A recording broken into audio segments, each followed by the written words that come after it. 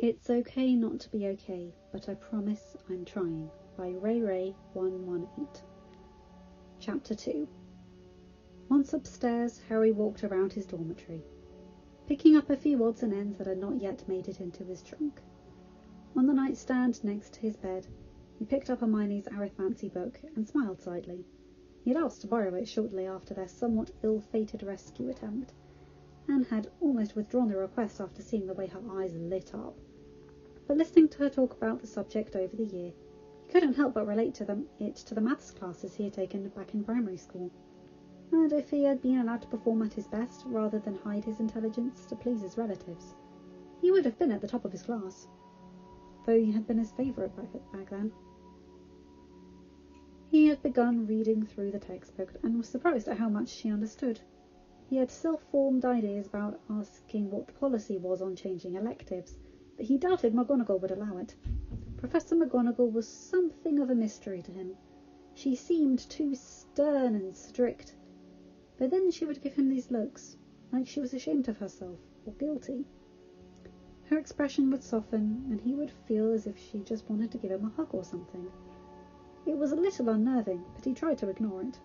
Adults were confusing, and he had long ago learnt not to trust them. Not after the first time he had tried to go to a teacher about the Dursleys' abuse, only to have their teacher, Mr. Waltham, the history teacher in Year 3, call up his aunt and uncle to warn them about his overactive imagination. He had spent a week in his cupboard for that, trying not to cry every time he jostled his broken arm and fractured ribs. The injuries had, of course, healed unnaturally quickly, something that only made Vernon angrier. Harry flipped through the book for a moment, taking very little of what was actually written in it, before he set it on the top of a rather haphazard pile of possessions packed in his trunk, and closed the lid. His wand he kept with him, on the very real chance he would be separated from his trunk upon arriving at number 4 Privet Drive. He prayed that he would be allowed to take a few things, but he didn't hold out much hope. Dragging his trunk back downstairs, he was surprised to find Ginny waiting for him, her trunk packed and ready. As he entered the room, she picked up one end and began dragging it over to meet him by the door. Harry couldn't help but smile at the girl who, until quite recently, had been so shy around him. She hadn't been able to get out 2 words. "Thanks for waiting," he said quietly. Ginny didn't reply, but the corner of her mouth quirked upwards. She couldn't believe how much their relationship had changed over the last hour. Just a day previously, the thought of being in the presence of the boy who lived was almost too much to think about. She supposed the only thing that had really changed was her perspective. Harry wasn't just the boy who lived anymore. Or rather, she didn't see him that way. He had gone from a fantasy bedtime story hero to a real person. And she liked the real Harry. She had seen through the mask this morning, to the shy and somewhat uncertain boy underneath. He had opened up to her in a way she really couldn't have imagined possible back when she was ever really opened up with anyone the way he had with her before. She had seen the look in his eyes as he had spoken about the long-buried feelings and emotions, and she just knew that he hadn't been able to bring himself to talk about this with Ron and Hermione. It made her feel special, but she also felt a sense of duty, and a weight settling down around her shoulders. She wanted to help him, but she didn't know how. She wasn't even sure their strange new relationship would last longer than this morning.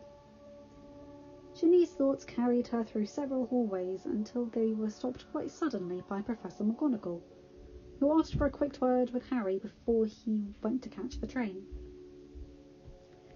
Harry looked over at Ginny briefly before turning back to McGonagall. "Can Ginny come?" he asked, surprising all 3 of them. He wasn't sure what had prompted him to ask, but somehow he felt like having her presence in this meeting would be a good thing. He wanted her there. McGonagall seemed about to refuse until she saw the uncertain look on Harry's face, and the concern on Ginny's. With a small sigh, she nodded. "Of course," she replied, turning around and making her way into a nearby classroom. "Come along, Mr. Potter, Miss Weasley." Once inside the classroom, Minerva threw up several privacy wards to ensure they would not be interrupted. She was somewhat surprised that Harry seemed to know exactly what she was doing, but then she remembered her theories that he was actually much smarter than he appeared to be in class. She figured he must have read a few library books about wards, though she wondered why he hadn't taken ancient runes, if he was interested in them. Once she was certain they were safe to speak, Minerva let the stern expression fall slightly, as she took in the two of her best student's son and two great friends of her own. Harry was slightly unnerved to see the small smile that graced her face. "I'm glad I was able to catch you before you left, Mr. Potter." Harry. Harry's eyes widened as the professor used his given name. Minerva's smile grew more wistful. "I would like to tell you a story, if that's all right with you," she continued, seating herself not at the teacher's desk but at a student's, and motioning for both Harry and Ginny to do the same. Once they were all seated and facing each other, she went on. "It began in September of 1971, when two bright but utterly different students began their education at Hogwarts School of Witchcraft and Wizardry." Harry leaned forward intently, recognizing he was about to learn something about his parents, but confused as to why McGonagall was telling him in such a way. Ginny's hand found his, and she squeezed reassuringly, feeling elated when she felt him return the pressure. Over the next few years, they excelled in pretty much every subject, though their arguments were things of legend. And it wasn't until their 7th year when James Potter and Lily Evans began to date. I am told he was much more attractive once his head deflated a little. Minerva's smile widened a little more, and Harry soaked in the information on his parents, learning more in just a few sentences than he had had in the last 12 years. Once they graduated, James and Lily began to make their mark on the world. James entered the Aura program and probably broke every record previously held, while Lily began to work on a charms mastery.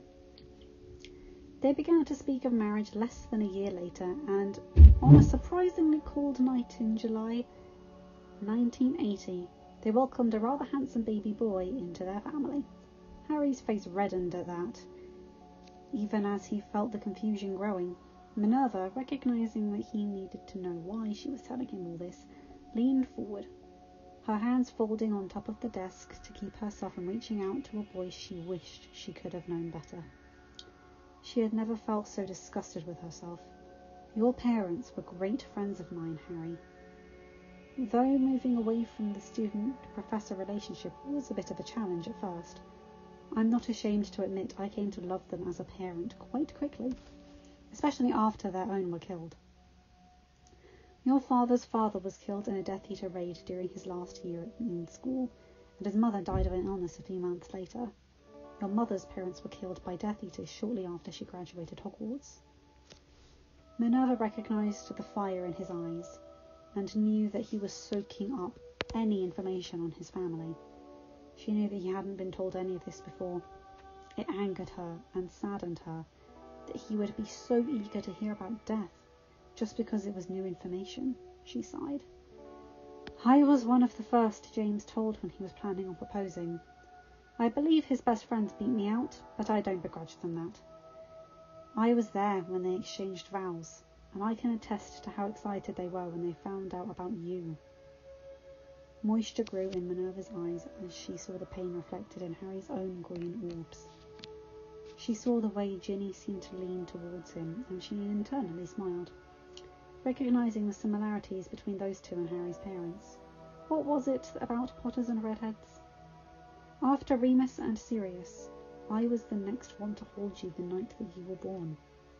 Harry looked up sharply at her mention of his godfather, and Minerva, guessing correctly, nodded. "Albus told me about what really happened. I wish there was something I could do." She cut herself off. Perhaps there was something. Albus had said that without Peter Pettigrew he couldn't do anything, but it struck her as a little fishy. He was the chief warlock of the Wizengamot. If he really wanted to, he could call for a trial. But she began to think about her options. Perhaps a letter to Amelia Bones, the head of the Department of Magical Law Enforcement, wouldn't be amiss. Madame Bones had been a bright student, unusually grounded for Hufflepuff, and only interested in justice, unlike some others in the ministry. She saw the slightly confused looks Harry and Ginny were giving her, and so she shook herself out of her own thoughts. She didn't want to get his hopes up, so she wouldn't keep her plans to him until she was sure. I asked to speak with you, Harry, because I want to apologise. I never should have let Albus place you with your relatives, and I never should have agreed to stay away. Had things been different, you probably would have known me as Aunt Minerva. She saw the slightly bemused expression, and then she smiled slightly. Lily told me that she and James had considered asking me to be your godmother, but went with Alice Longbottom instead. I do not begrudge her that. Just being considered was honour enough. Harry started. He hadn't known that Neville's mum was his godmother. Why hadn't she ever come for him? Surely as his godmother she would have as good a claim as Sirius.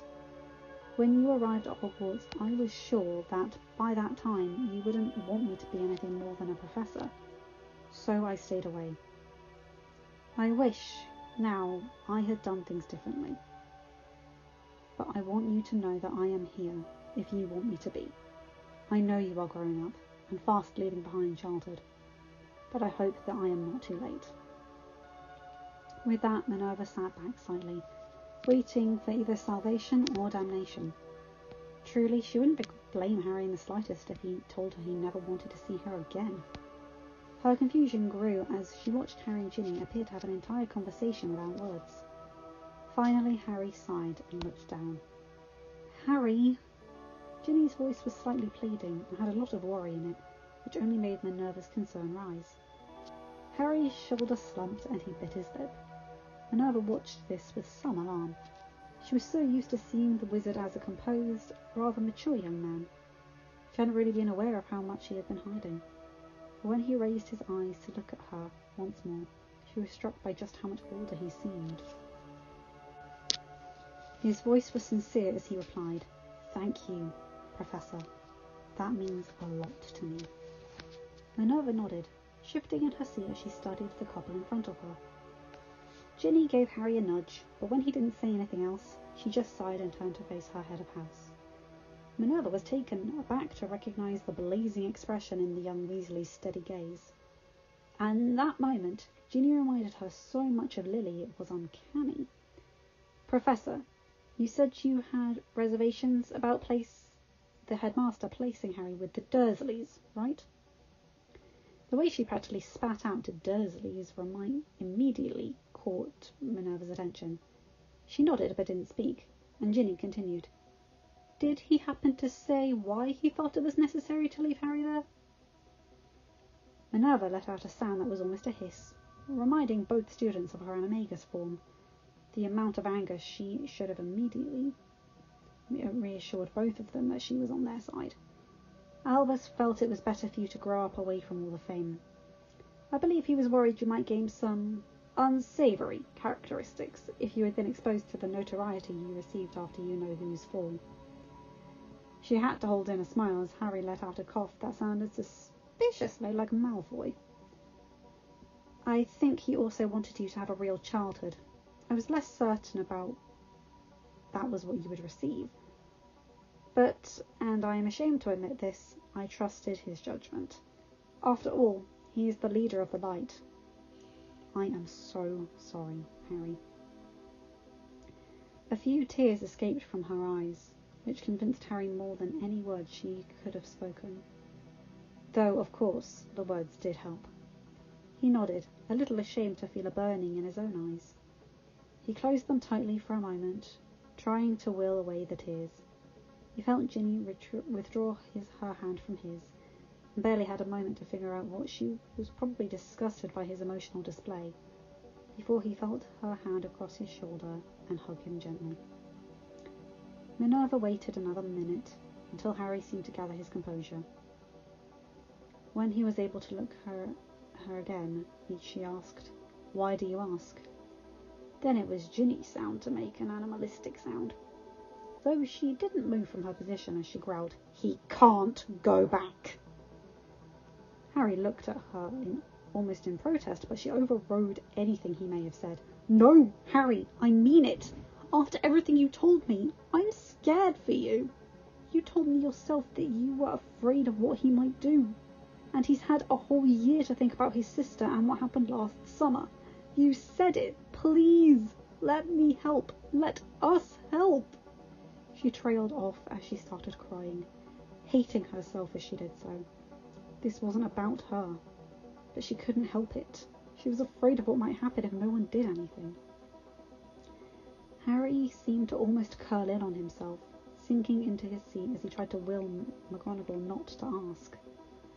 Unfortunately, she didn't seem to hear his silent prayers. "Harry." She waited a minute, until the boy finally looked up. His expression was almost blank, though there was enough of an undercurrent of pure fear that she could just barely see, but that truly worried her. Her voice was soft and calm as she spoke. "Will you let me help?" And there it was. It was the way that she had asked that made Harry actually want to tell her. She wasn't asking for specifics. She wasn't even asking for vague details. She just wanted him to let her in any way he was willing. Slowly, he nodded, his hands clasped together tightly in his lap, until Ginny let go of his shoulders to force his grip open to hold one for herself. Feeling slightly better, Harry began to speak. He didn't say much, but what he did share was enough to truly convince Minerva that Albus had been mental to leave the boy there and not even check up on him over the years. She listened as Harry outlined just a little bit about what growing up for him had been like. From forced periods of starvation to the first time he had brought home a perfect test only to be beaten up by Vernon for using his freakishness to outperform perfect Dudley.